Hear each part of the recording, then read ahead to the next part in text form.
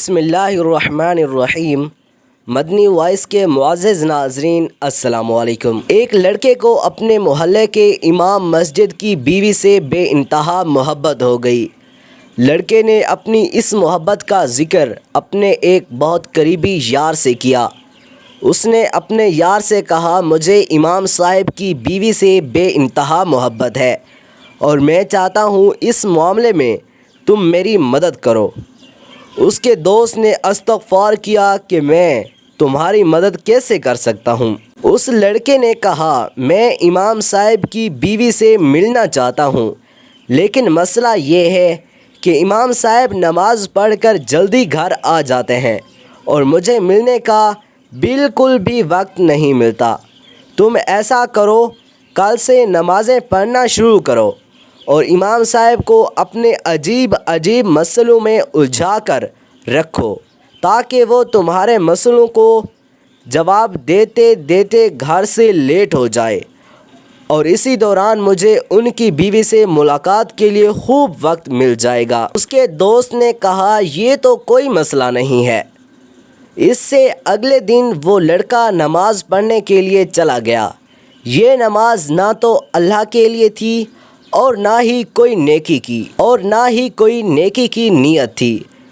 ये महज अपने दोस्त के लिए गुनाह में एक मुआवनत थी। लड़के ने ऐसा ही किया। जब भी इमाम साहब नमाज पढ़ाकर फारिग होते तो वो इमाम साहब को लेकर एक कोने में बैठ जाता। इमाम साहब से अजीब अजीब सवाल करता और इमाम साहब उस लड़के के अजीब सवालों का जवाब देते लेट हो जाते।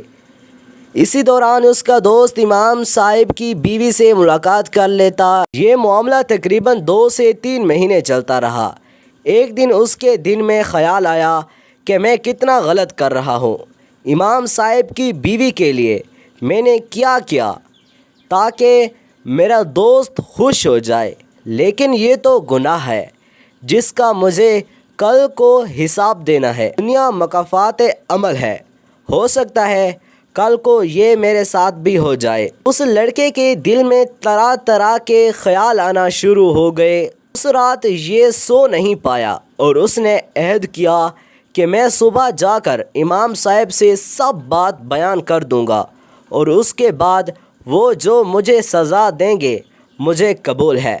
अगले दिन लड़के ने जाकर इमाम साहब को सब माजरा बयान कर दिया। इमाम साहब ने उसकी बात सुनी और मुस्कुरा कर कहा, अरे नादान, ना तो मेरी कोई बीवी और ना ही मेरी कोई बहन है, तुम्हारा दोस्त किसकी बीवी को मिलने जाता है। ये बात सुनकर वो लड़का परेशान हुआ और इमाम साहब से कहने लगा कि वाकई आपकी शादी नहीं हुई है और ना ही आपकी कोई बहन है, तुम्हें गलत फहमी हुई है। लड़का बहुत परेशान हुआ। उसने सोचा, क्यों ना मैं देखूं आखिर वो किस को मिलने जाता है। एक दिन उसने अपने दोस्त का ताक़ुब किया।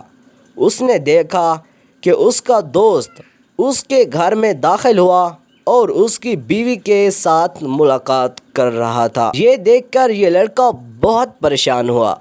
उसके पाँव नीचे से जैसे ज़मीन निकल गई। ये हाथ मिलता रहा। वाकई दुनिया मकाफ़ात अमल है।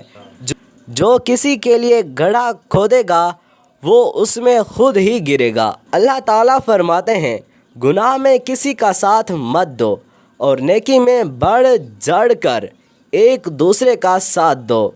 और अच्छा दोस्त वही है जो किसी को गुनाह से रोके और उसको अल्लाह की तरफ मुतवज्जे करे।